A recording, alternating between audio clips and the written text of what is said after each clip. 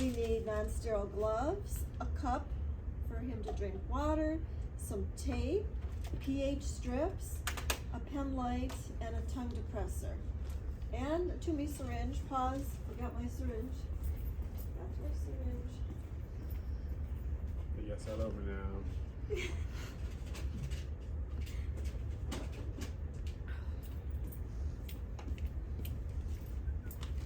60 cc syringe.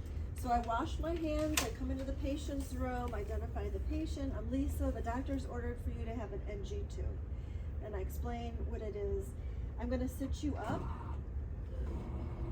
So you wanna sit them up really as high as possible because we want that tube to go straight down and not go into the lung.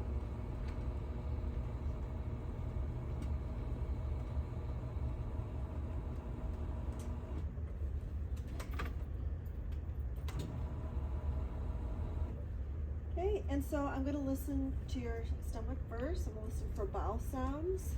You could do this, you could do it when he's flat, it might be better. And I always listen starting in the right lower quad. Just listening, and all four. Okay, and I really want him up higher.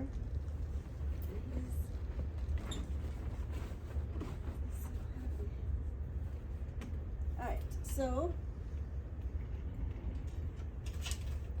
now what I'm going to do first, I don't need my gloves, I'm just going to measure the tube. So this is the NG tube. This tube is called a Salem sump. It has an air vent on it. Nothing gets injected in here. If it was leaking out of here, sometimes I like to wrap my tubes, NGs, in some chucks, so I don't come back to find later that it messed up the bed. But sometimes things will leak out of this port, and to fix that valve, you would just inject some air, and that should fix the valve, okay? And then here's the port that we would attach to. This is gravity, if it just has the plug, or we can connect it to tube feeding, okay? Or we could connect it to suction. So I need to measure, and the correct way to measure, it's an NG tube, so remember, start with the nose to the ear, okay? And we don't wrap it around the ear, it's just nose to the ear to the xiphoid. When you're measuring where the xiphoid is, you need to pull down the gown because we can't guess where it is, okay? And on him, there is a little mark right about here where the xiphoid, remember, here's the sternum and then the xiphoid is there. And so I measure, and I'm going to remember the number is 61 to 63. So this one's numbered. Not all tubes are numbered, so they say to take a piece of tape and mark it. So this is how far I need to insert it in the patient, on this patient. Now, if we're probably going to test out on that mannequin down there, because I think the NG tube goes down a little further. She's so short-chested, you know, like even on me, I would stop it at about 56. So it differs. It's not a magic number. So for him, it would be 61. Okay, and this is a non-sterile procedure. And so I'm going to put on my gloves. I'm just realizing I don't have my lubricant, but I give him a cup of water. I'm going to ask you to take a sip of water at a certain point. Why? It helps facilitate the tube going down. Once he gags, I want him to sip water, and then I could advance every time he swallows, just to get past the epiglottis here. That's all, just a little sip of water. Okay, and so I will get out my lubricant, and so you're gonna lube it first, okay, after you've measured. And so the first thing is, the best thing is to take the pillow away from him so he can tip his head back. That's how we want him to start. So I'm going to pull the pillow out from behind you. And because of this type of mannequin, because of his neck, he doesn't tip good, but the other one will once the pillow's removed. So we're going to look in the nares, which one do I want to put it in? If he has polyps, or, you know, I'm going to look and see if I see a polyp. Okay, I could go like this. Okay, tell me if you can breathe. Tell me if you can breathe. I'm going to go in the one that's most open. Okay, so I'm going to choose this one for him. Okay, if at any point you want me to stop because it's too much, put your hand up, that'll be the sign, because he won't be able to talk. Okay, so this is lubricated, and I'm going to, it says you can twirl it around your hand before the lube is on, just to kind of loosen it. And tip your head back, and I go in. You could do a twirling motion, sometimes that helps. And I twirl, he gags. As soon as he gags, I need you to take a sip of water.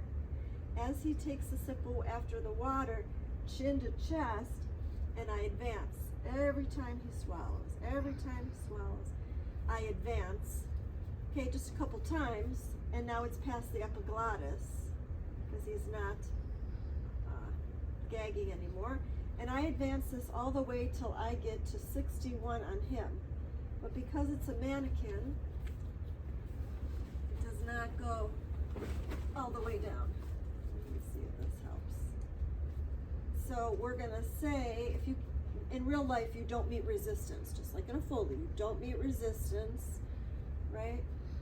So with him, this is about as far as we're gonna get. It could be because of his tray.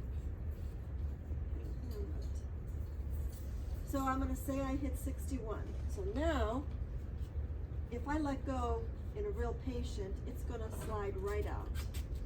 So I'm gonna put a temporary piece of tape here, because I need to know if I am in the right spot. Okay? In the old-fashioned way, that's not accurate, but you'll still see it in nursing homes, is, and I'm going to show you because some places might, just a little bit of air. Put my stethoscope where the stomach is, the left upper quad, and go like that. And if I heard the air, that means that I have placement, but it's not accurate because you could hear that little puff of air. So the accurate way is to aspirate, and in real life, you'll be lucky if you get a drop, because we're only aspirating stomach contents. This is not tube feeding.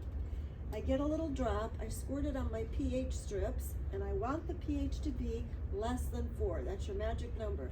pH less than 4, that means it's in the stomach.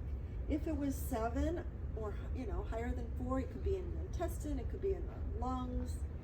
So we want the pH to be acidic, less than 4. So once I feel that yes, it's less than 4, now I'm going to clamp this back up.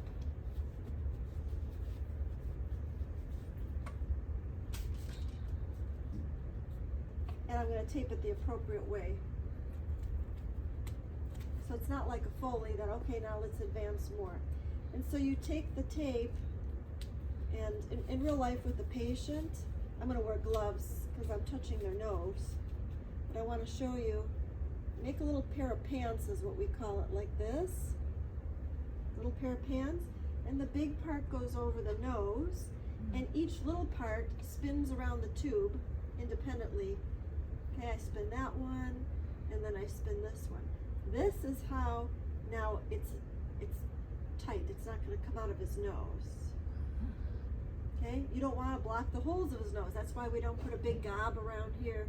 You have to have the opening good.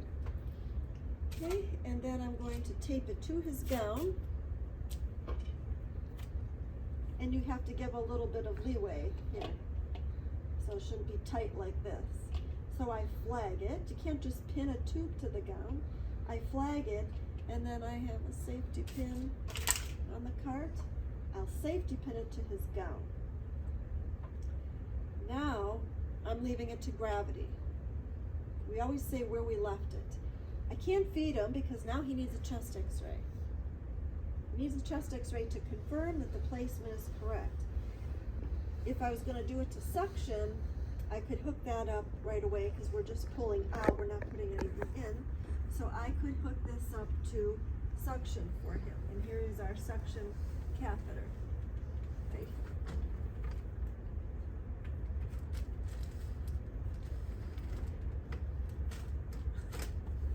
This is not smooth today. Okay, and so there's a little, this one has a little hole. Now this is hooked up to suction, and I can turn suction on. So the 3 places in NG are, they are to gravity, it is to suction, or it's to tube feeding once placement is confirmed with the chest x-ray. Now I'm going to document.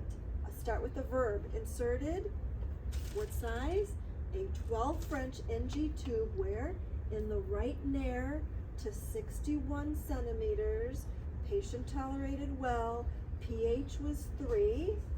NG tube left to gravity. Okay? And once I put this in, I could put him, I'm not going to lay him flat, but I can put him back a little bit.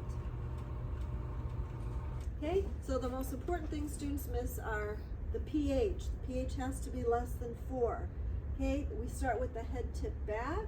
Once he's gagging, chin tucked down, let him sip some water a couple times just to pass this little area here.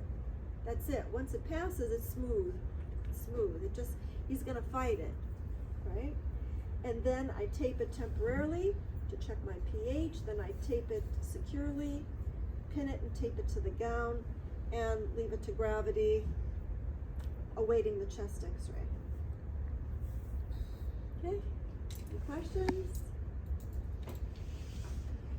Okay, and I'll just show you, it's not part of test up, but how do we take out an NG tube? So I get an order that says he no longer needs the NG tube. So I explain to the patient, you don't need your NG tube anymore. Now, the tube that's in his stomach is down here this far. Gastric enzymes are on it. If I were just to pull the tube out, I'm dragging gastric enzymes all through the esophagus and it could cause burning. Wake up, you guys wake up. Okay, I'm gonna flush it with tap water. We never need normal saline unless the patient's really immunocompromised and can't have tap water. So I would drop some water, say your tube's coming out today. I'm gonna flush it just to make sure we get all the enzymes off from around the tip of the tube. So I'll flush it with some water. Okay, I'll clamp it. I will take the tape off of here. And you know, he's gonna gag as it's coming out, but slowly, we don't rip it out. Slowly, slowly, slowly, and he's gagging as it comes out.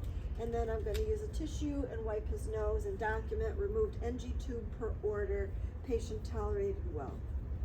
Now in real life, an NG tube doesn't stay in more than maybe a few days, and then you're supposed to switch it to the other side so the nose doesn't break down. But it's such a traumatic thing. Hopefully in 3 days they don't need it anymore, or they decide we're gonna put in a peg if it's feeding, or they, you know, if they have a GI bleed, it's several days. Maximum would be a week, but the nose could start breaking down, and maybe depends on the hospital policy. Maybe they just don't move it as much anymore. Maybe they look at the nose. It's so traumatic to have that put down another time.